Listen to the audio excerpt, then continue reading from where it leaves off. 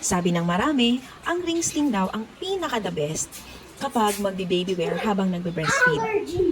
Tama naman sila. Pero ipapakita ko po sa inyo na merong mga iba-ibang ways. Ito po yung isang way kung paano magpa-breastfeed gamit ng ring sling. Ito naman po yung second way. Na kung saan, pinapakita po natin na pwedeng mag-breastfeed habang nagre-ring sling. Tama nga sila, madali nang gamitin ang ring sling. Yan yung second way po. Pero, alam nyo ba na pwede rin yung ibang baby carrier habang nagbe-baby wear while breastfeeding?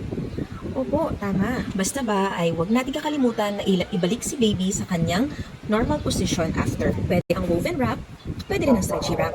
May one way din sa soft structure carrier, may second way din po sa soft structure carrier. Pwede rin ang Mayday.